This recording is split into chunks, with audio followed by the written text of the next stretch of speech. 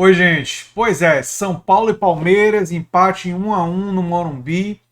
E, na minha opinião, como vocês podem ver pela chamada desse vídeo, eu entendo que tem várias decisões do Crespo com as quais eu não concordo. Não sei se o São Paulo, é impossível saber se o São Paulo teria vencido se ele tivesse realizado decisões diferentes, mas tem muitas decisões em relação a esse jogo que voltaram a ser estranhas para mim. E eu vou falar sobre elas nesse vídeo. Aqui é o canal Doutor Tech Gamer, eu sou André Teixeira Jacobina. No canal a gente fala de futebol real e virtual, games, tecnologia, cultura pop e outros assuntos. Bem, quais foram. Primeira escalação do São Paulo. Várias coisas esquisitas. O Léo na lateral esquerda.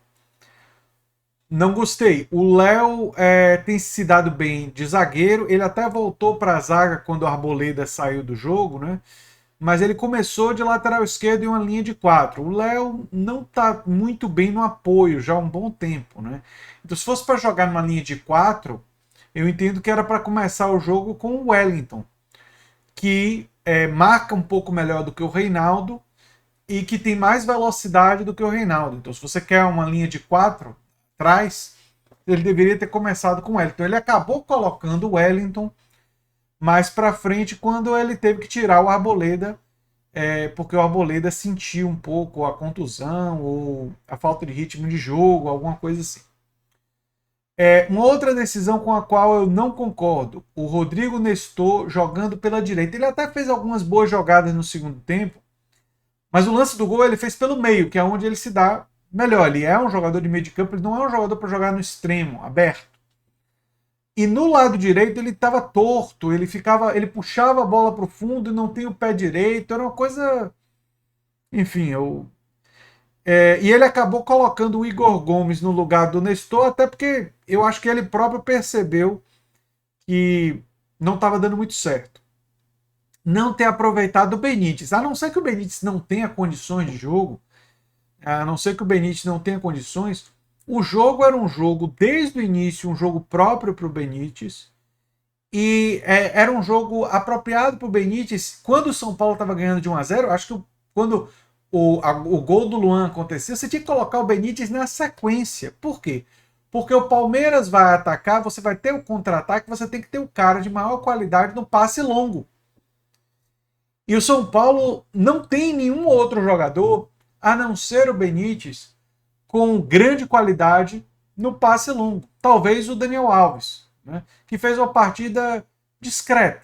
Né? Não foi nem excelente, nem mal, tomou um cartão amarelo e, enfim, não foi nada demais.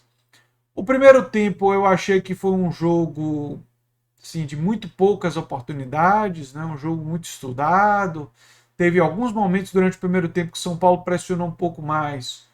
Depois teve outros momentos que o Palmeiras pressionou um pouco mais e ficou por isso mesmo, né?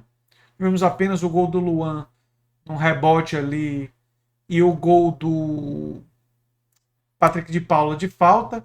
No gol do Patrick de Paula, eu acho que o Volpe não reagiu tão rápido. Não chega a ser um frango, né? Mas eu acho que, eu não sei se ele foi iludido pela tentativa do Pablo de pegar na bola. O Pablo não toca, a bola passa e entra, né? Teve um lance não igual, mas semelhante no primeiro tempo, que o Pablo quase dá casquinha na bola e o Everton consegue pegar a bola. O Everton do Palmeiras foi o melhor jogador em campo, na minha opinião. O Everton fez algumas grandes defesas no chute do Sara, no próprio lance do gol ele faz duas grandes defesas no chute do Rodrigo Nestor. Enfim, o Everton não foi assim muito melhor em campo, não foi assim uma maravilha, mas quando a gente analisa o resto do desempenho dos outros jogadores, o goleiro do Palmeiras acabou sendo o melhor. Um jogador que jogou bem boa parte do jogo, e eu acho que vai preocupar o São Paulo para o próximo jogo, foi o Dudu. O Dudu e o Wesley.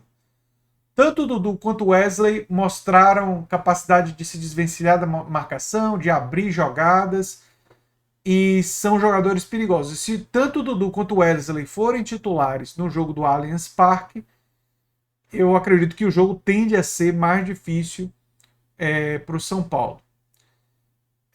Uma outra decisão que eu não concordei do Crespo, e aí vocês estão vendo que eu tive várias divergências, por isso que é chamado o vídeo dos erros do Crespo, foi ele não ter começado o jogo com o Reinaldo.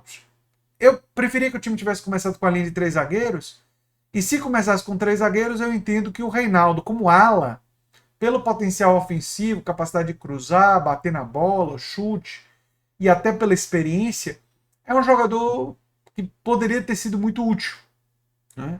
E acabou entrando no final apenas quando o Wellington se contundiu. O Pablo foi esforçado, mas, enfim, não fez um grande jogo. E o principal jogador do São Paulo, que é o Rigoni, ele foi muito pouco acionado durante o jogo. Ele teve poucas oportunidades. A bola chegou pouco, ele se deslocou, ele ajudou a marcar, ele até tentou, mas ele não participou tanto do jogo. Teve um lance que ele ajuda a roubar uma bola e acaba conduzindo ela, mas não tem muitas opções e aí acaba retardando a jogada. Enfim, foi um jogo muito estudado, 1-1. O 0-0 do Palmeiras lá no Allianz Parque, mas não me parece um jogo provável de 0-0. Pode acontecer, mas a vaga está totalmente em aberto, né, para o próximo jogo. E é isso aí. Eu acho que foi um jogo muito estudado, de poucas chances de gol, e que eu tenho a impressão de que o Crespo, que vinha muito bem, foi muito bem nos últimos jogos, ele foi bem na Copa do Brasil contra o Vasco, ele foi bem contra o Atlético Paranaense, na escalação, na disposição do time. O Crespo tem ido bem. Nesse jogo, eu não sei se ele inventou, não gostei do que ele escalou. E foi o suficiente a escalação para fazer um jogo controlado contra o Palmeiras, mas foi uma escalação insuficiente para criar muitas chances, para pressionar, para ter mais criatividade. E eu preferia que São Paulo tivesse jogado com Arboleda, Miranda e Léo, Reinaldo e Daniel Alves, ou um outro lateral que tivesse mais força, né? Poderia ser o Orejuela, que vem bem nos últimos jogos, mas enfim, poderia ser o Daniel Alves também. Rodrigo Nestor e Luan, Benítez e Rigoni e Pablo. Essa escalação com o Reinaldo na ala, ganharia agressividade por ali, com o Nestor jogando no meio, onde ele rende mais, né? E o Benítez armando, o Benítez lançando a bola. O Benítez não aguenta o jogo todo. Ok, segundo tempo você tira ele e coloca o Sara. Você vai ter um jogador que vai correr os últimos 25, 30 minutos do jogo o tempo todo, porque o Sara tem um preparo físico excelente. E você ganha uma opção de velocidade. Não teria problema. Seria mais uma alternativa para você ter. Ou você poderia colocar o Igor Gomes, mas você teria uma alternativa.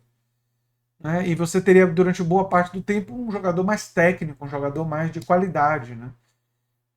Mas, enfim, talvez o Crespo tenha tido um pouco de receio de se abrir muito em casa e contra-ataque, quis povoar o meio de campo, quis ter jogadores de mais vitalidade física, embora eu discorde, tem uma parte de mim que entende as escolhas. Embora eu não entenda direito o Nestor jogando aberto. Acho que pela direita, o Nestor poderia até jogar aberto pela esquerda, mas pela direita ele não tem condições. Ele não tem o pé direito, não é um jogador adequado para jogar ali. E essa é a minha opinião. Eu sou André Teixeira Jacobin, no canal Doutor Tech Game, e a gente se vê em breve em um outro vídeo. Seja de futebol, seja de videogames, seja de cultura pop ou de tecnologia. Um abração e até o próximo vídeo, gente. Tchau, tchau.